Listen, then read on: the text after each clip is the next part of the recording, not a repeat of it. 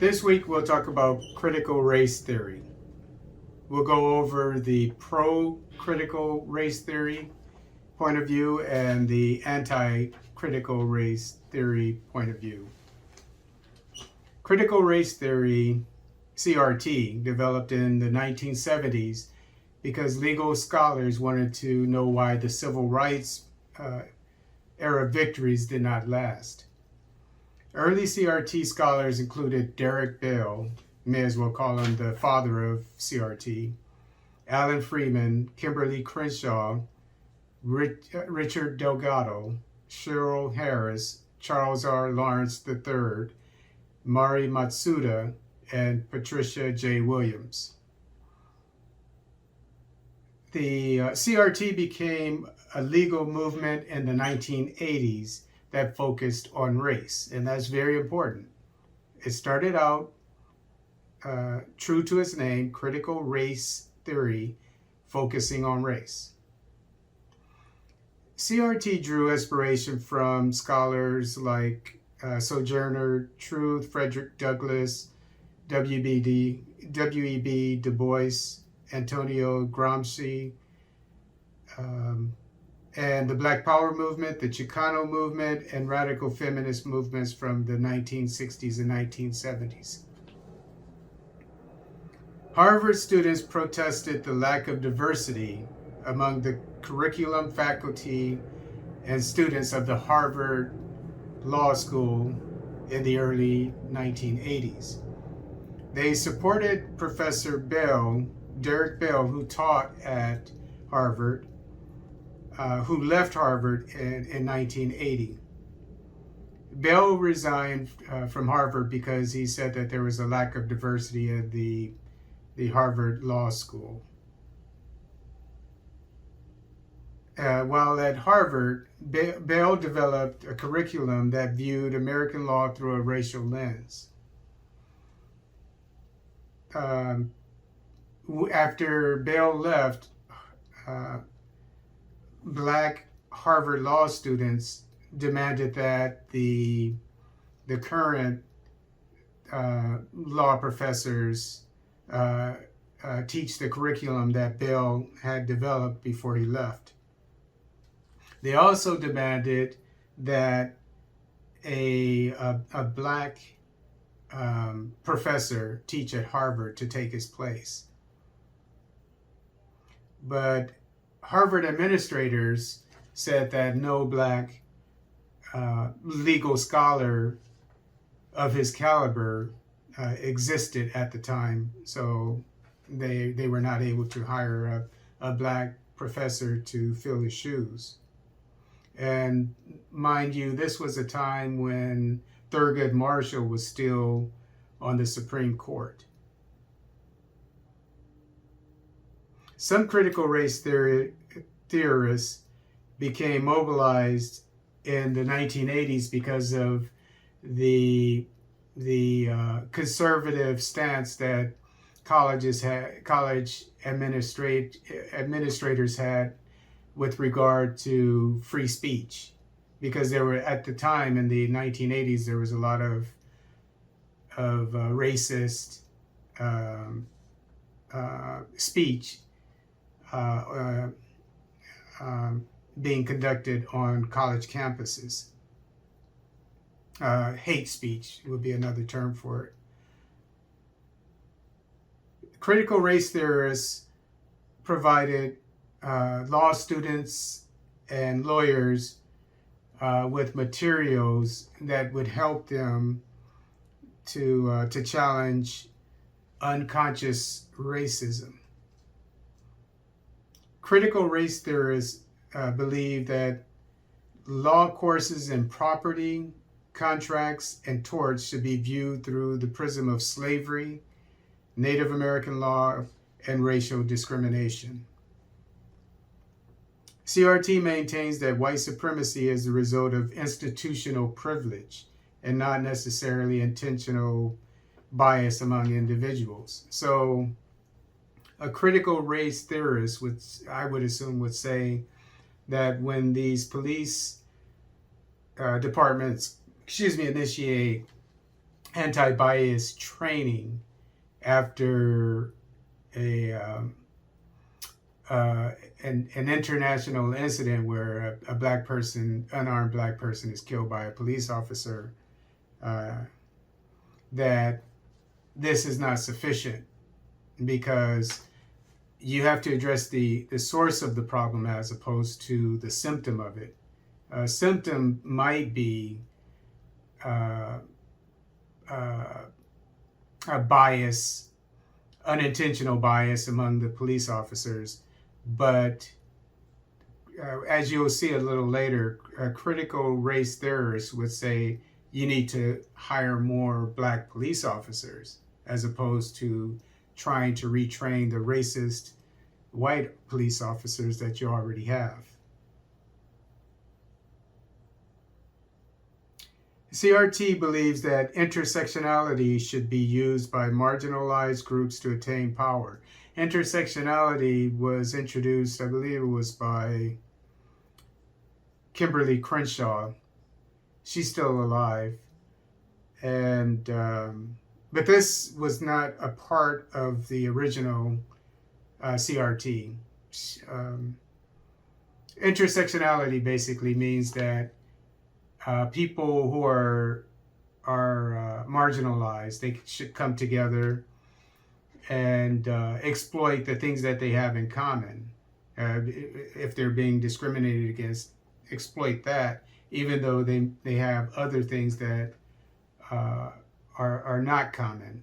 You know, in other words, say a feminist, a black person may not be able to identify particularly with what she is going through as a woman, as a feminist, but by the same token, both of them are discriminated against by mainstream society. So they should get together and exploit that thing that they have in common.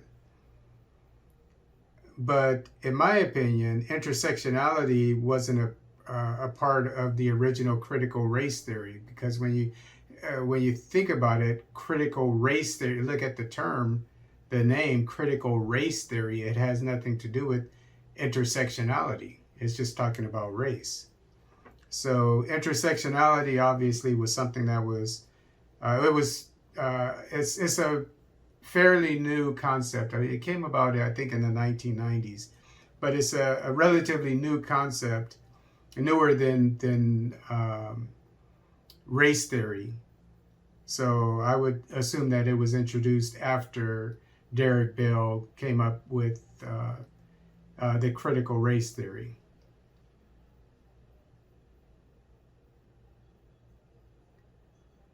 Critical race theorists believe legal reforms must rectify unconscious practices and intentional ones.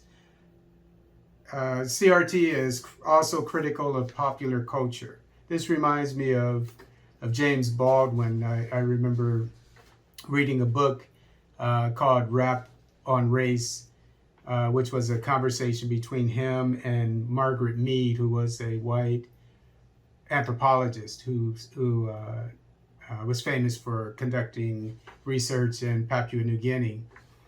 And one thing that he said was that this was in the early 70s. He had a brilliant mind. I read one of his books, the Go Tell It on a Mountain. I still have it, but I didn't understand it. But so I'm not his biggest fan when it comes to his literature, but I could tell he had a great mind. He was a very intelligent man because of his observations. One of which was he said that he didn't go to the movies. And the interesting thing about this is when you look at it in retrospect, he was talking about obviously the blaxploitation movies, and understandably he didn't want to go to the movies. He said that they had nothing to do with him. He couldn't identify with them. They were not uplifting. So it's understandable that critical race theorists would condemn a lot of things about pop culture. Critical race theorists align themselves with feminists and queers to challenge social, cultural, and legal identity constructs. And we talked about that already. There's queers and feminists. Well, feminists, they had some dealings with them early on, obviously, because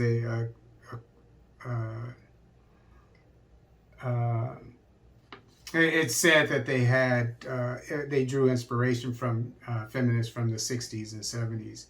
So we'll grant it that. But the queers, that's, I think, more of the LGBT movement, which is a newer phenomenon than the racism that critical race theorists addressed at the beginning, at the outset of their theory.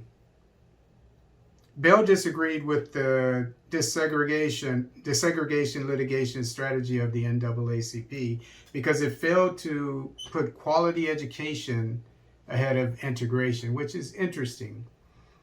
I'm like Malcolm X. I'm not an integrationist, and I agree with him. We shouldn't have been integrationists, as Martin Luther King was arguing for, as well as the NAACP. What critical race theorists would have said during the civil rights movement, of course, they started after it, around 1980. But what they would have probably said during the civil rights movement was, don't worry about integrating, just work on educating ourselves. Instead of trying to go send our kids to white schools to get a good education, make the government pay for good black schools, invest in black schools, and we can educate ourselves.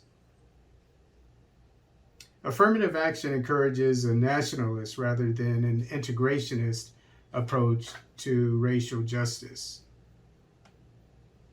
And it's similar to what I said about the unconscious bias training that the police departments give their white cops as a reaction to the killing of an unarmed black man. Everybody knows it doesn't do anything. You have to. It's better to whatever you. Let's use an example. Washington D.C. Let's say, which is what. I don't know what the percentage is. It's changing actually, but let's just say for the sake of argument, it's 90% black. Then its police force should be 90% black, and then that will get rid of the need for training your white cops on unconscious bias, because if your police force reflects the population of the people it serves, the community it serves, then that will get rid of a lot of unconscious bias, because most of the people would reflect the thinking of the people that the police officers would reflect the thinking of the people that they serve, the community. Critical race theorists believe that educational and job opportunities should include proportional representation, lotteries, etc. Similar to what I was saying when it came to the police forces should represent the communities that they serve.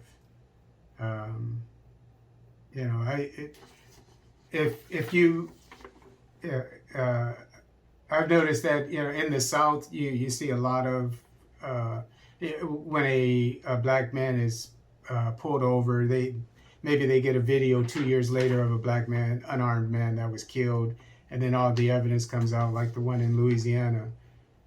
There were there were no black cops around. Yet this black man was arrested. So it seems to me that many of the police departments are not representative of the communities that they serve. And I'm sure that's something that critical race theorists would argue for. And that's a good thing. Anti-CRT. And they believe that it's an outgrowth of the European Marxist school of critical theory. Critical race theory is an academic movement that seeks to link racism, race, and power. Well, that's true. I mean, racism, race, and power, that's all a part of the American culture. All you have to do is go back to any time in our history, slavery, Jim Crow, or whatever, you had racism, race, and power. The KKK, which is still around. You know, they were able to get rid of Marcus Garvey and his movement, the Go Back to Africa movement, but they did nothing to get rid of the KKK. So obviously, racism and power are a part of our culture. Max Horkheimer of the Frankfurt School, that's from Germany, stated that a critical theory is adequate only if it meets 3 criteria. It must be explanatory, practical, and normative, all at the same time. That is, it must explain what is wrong with current social reality, identify the actors to change it, and provide both clear norms for criticism and achievable practical goals for social transformation. That, to me, as a military man, is a fancy way of saying what the Army believes in. Never criticize anything unless you can come up with a solution. And so that's basically what that is there. Critical theory is basically, if you're being critical of something, you have to offer a solution for it. Whereas the civil rights movement, this is what the anti-critical race, theorists are saying. Whereas the civil rights movement sought to work within laws of American democracy, CRT challenges the constitutional law, of course. You have to. I mean, again, in order to solve problems, you can't address the symptoms. You have to address the illness, the source of the problem, and our Constitution is part of it. A good example is the 13th Amendment. After Lincoln freed the slaves, he said that the 13th Amendment said that the only time that slavery can exist in the United States is in prison. And now we have the prison industrial complex. And right after slavery, you had the convict leasing system, and the southern governments, eventually southern governments, but originally, because they became the chain gangs, and then the prisons made money off them, the black men who were just swooped up for nothing, just on the corner. You're not doing anything, you go to prison. And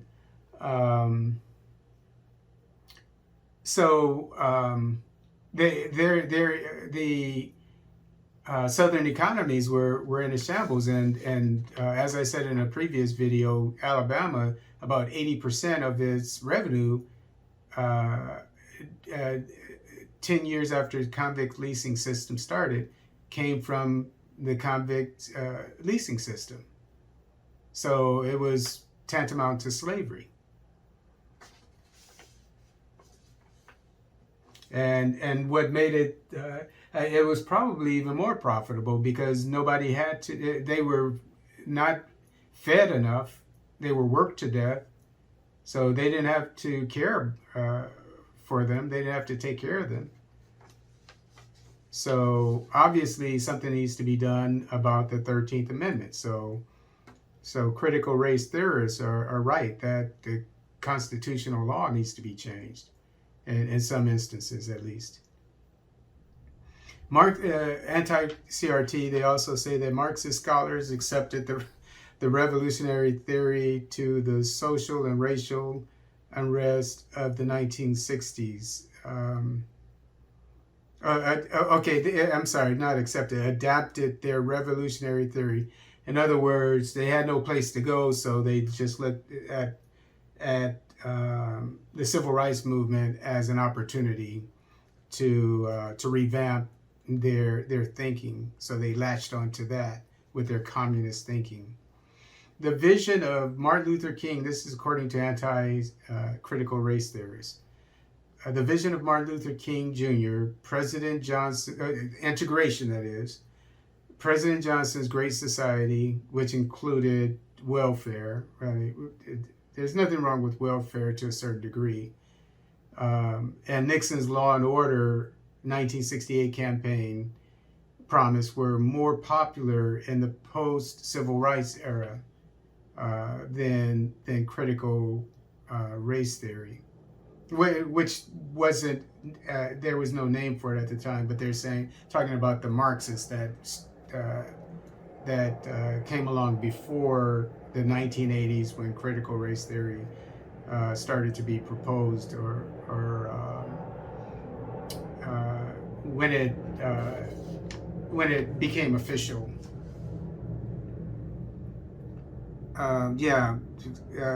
The Nixon's Law and Order 1968 campaign promise, that was not popular with blacks, so obviously this is from a right-wing perspective. So anti-CRT, these are Republicans. I have nothing against Republicans per se, but obviously the pro-CRT are Democrats in the main, and the anti-CRT are Republicans because they want to keep things the same.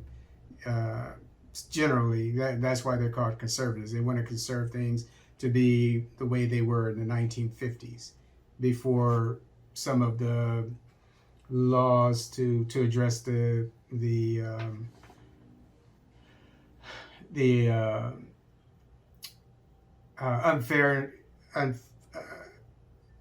unfair situations in American society.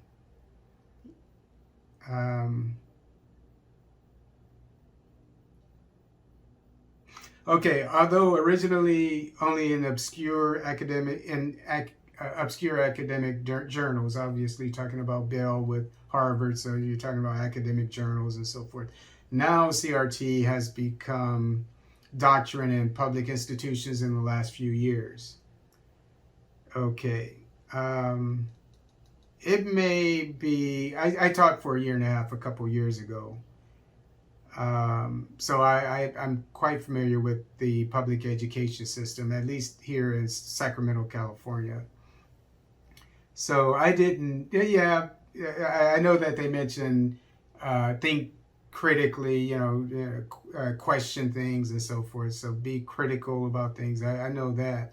But critical race theory, I didn't see that as a big deal. And, I noticed that a lot of the liberals, because there were a lot, at least here in Sacramento, most of the students that I was around, they seem to have more of a liberal point of view. And obviously, it stands to reason because the teaching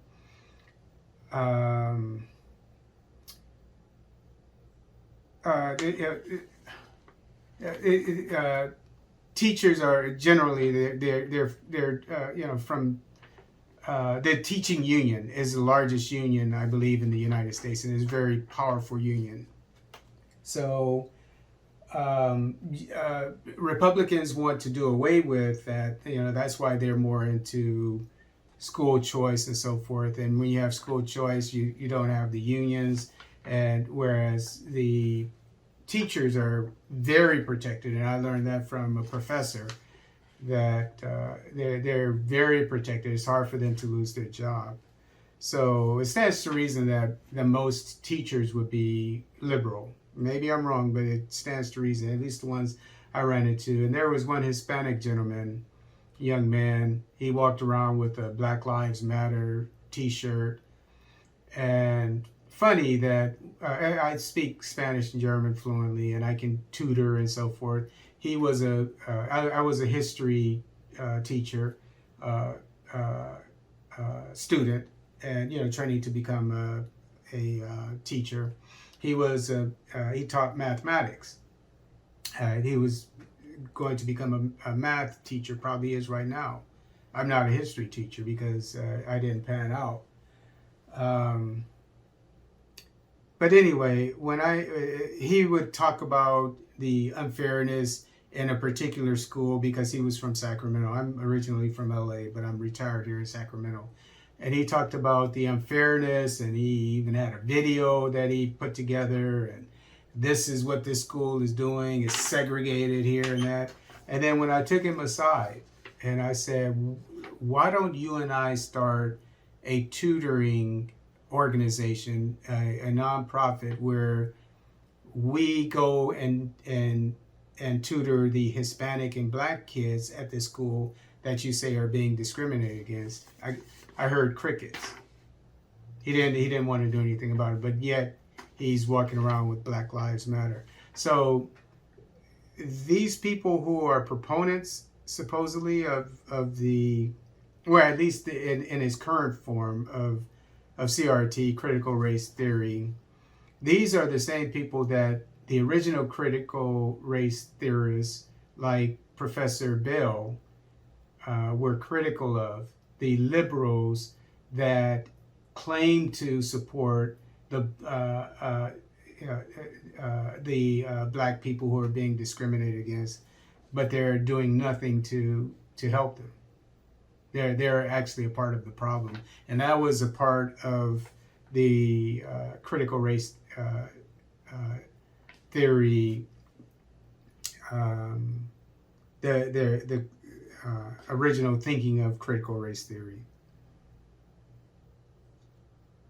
And so, and on that note of how I didn't get, I went almost the whole time. I almost graduated. I had a few months to go, but the school that I taught at first, I had a problem with the teacher, and then I had to go to another school, which took me, pushed me back a semester. So then when I went to the other school, I had a problem with that teacher. So critical race theorists, at least the original ones, I don't know about the new Black Lives Matter ones, but the original ones, like Derek Bell, would have said that someone like me, who obviously, with my credentials, and if you listen to my videos, hopefully you'll see what my credentials are. I think you would agree that I would be a good example for students, especially for Black students, and even other minority students. So I should have been a shoo-in. Whatever it took to get me in to teach, I should have been it. I should be teaching right now. But it's because of affirmative action, which is what critical race theorists argue for. Representation of your community. So everybody knows that there aren't enough Black teachers, let alone Black male teachers. So they should have done anything that within their power to help me to become a teacher. But they did everything within their power to keep me from becoming a teacher.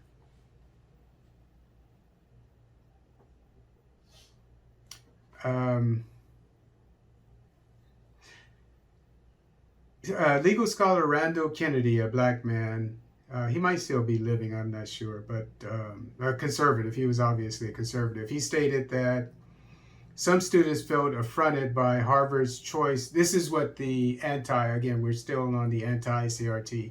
So he's their man, this black guy, this conservative. So they're saying that he stated that some students felt affronted by Harvard's choice to employ an archetypal white liberal in a way that precludes and I'm quoting, the development of black leadership.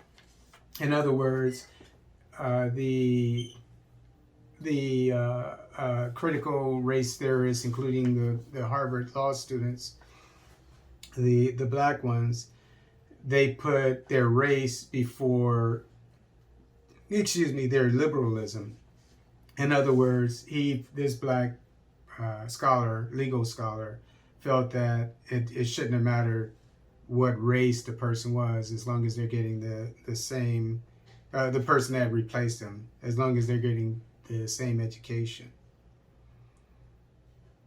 CRT, this is again anti-CRT, proposes the inclusion of anti-racism classes in undergraduate curriculum. When I taught, I taught history, and if there's going to be any class that is going to teach kids about racism and so forth, it should be history. Of course, there are other classes, electives and so forth, government and so forth. Yes, definitely you can include it in that.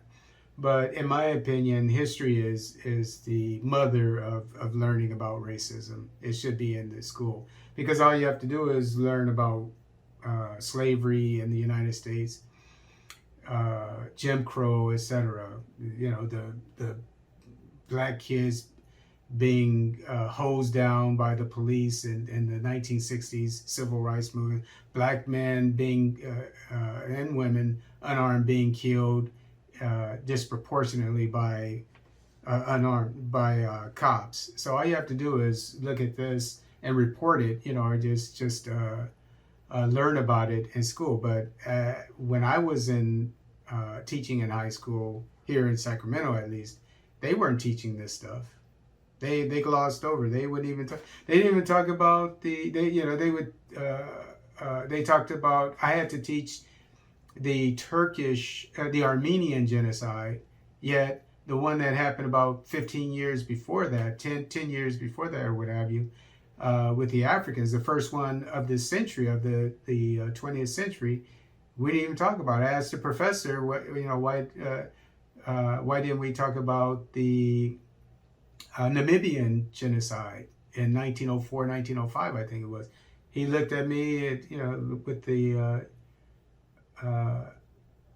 deer in the headlight look, as if he didn't even know anything about it. So obviously, it's no matter what they're claiming that is being taught in schools, it's not really, it's not the real McCoy. You don't have to be creative when it comes to teaching the truth, the history. All you have to do, how much creativity does it take to show that thousands of black people were lynched after slavery until the 60s? And the government didn't do anything about it. So this is much ado about nothing, saying that it's now being taught in schools, etc. It's not being taught. At least the truth is not being taught. They don't like how institutions have poured thousands, if not millions, of dollars into CRT and racism in the forms of grants and fellowships. These liberal organizations. In response to campus protests, university administrators have taken steps to disarm or defund the police department. So obviously nowadays, the new and improved CRT is teaming up with Black Lives Matter, because that's a Black Lives Matter tactic or belief that defunding the police is also Marxist or what have you, communist, or however you want to call it. In response to campus protests, university administrators are, some institutions have started anti-racist action committees and even renamed buildings whose names are that are named after people who are controversial in American history. So if my take on that is, if somebody did something wrong, in history, even for their time, if they were on the wrong side of history, then we shouldn't have a building named after them. But by the same token, I would imagine these are the same people that believe that the Confederate flag should not be around. But that's another thing, and maybe I'll do a video on that one day. But people have talked about this, so I'm not the first person to bring it up. I lived in Germany. I speak German. I know the German culture very well. You can't walk around with a swastika in Germany. There's a law against it. But people can walk around with the Confederate flag, which the KKK used all the time.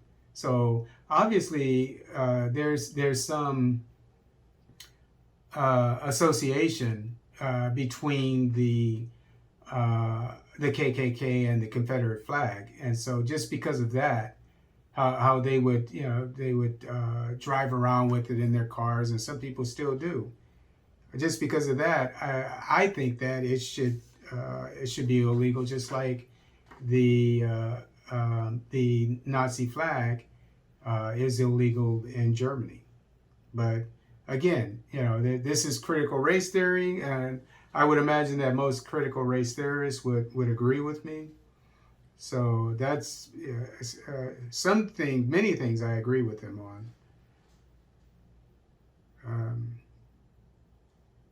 on. So of late, the CRT, critical race theory, seems to have gotten very radical.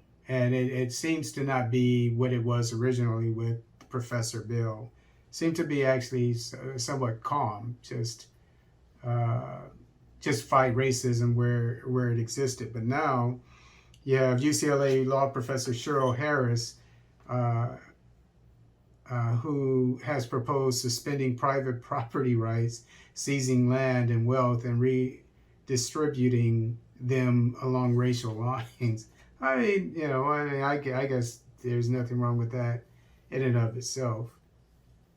And then you have, these are major proponents, obviously, of CRT today. Nowadays, this is the new and improved version of CRT. Boston University history professor Ibram X. Kendi has proposed the creation of a federal department of anti-racism, which would be independent of the federal government and have vetoing power. So it would put anti-racism at the very top of our government.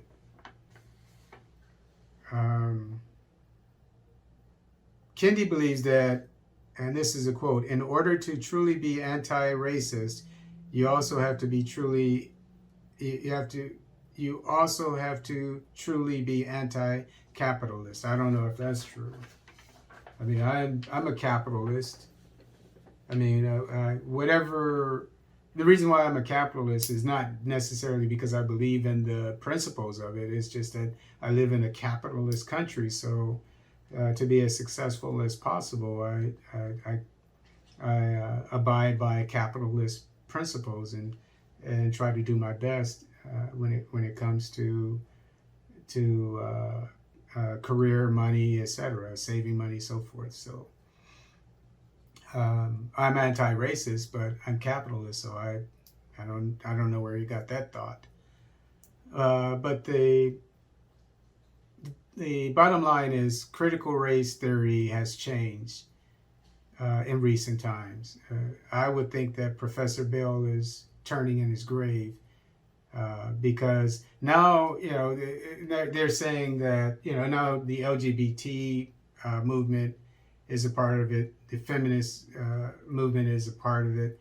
But I don't see what these two schools of thought or movements have to do with critical race theory, because if it's an LGBT, of course they talked about intersectionality and so forth. That's fine to have intersectionality, but that doesn't mean that those groups have to be a part of what was originally for fighting racism. And that's why it has the name critical race theory. And not, so if they have their movements, why not critical LGBT theory? Why not critical feminist theory? And that would be fine. But in my opinion, it has morphed into something something completely different from what it was originally. And very much like the Black Lives Matter movement, which I'm going to be talking about, how it went from being one thing and now it's an international movement. It started in Ferguson, Missouri as one thing, and now it's an international movement. And if you look at international news, it's all over the world, and many parts of the world at least. So, and you'll see if you look at my video on it, which is coming up, it's completely different from the way it was when it was first created by the two of the black men that were assassinated early on, and now after they died, then it became something else. So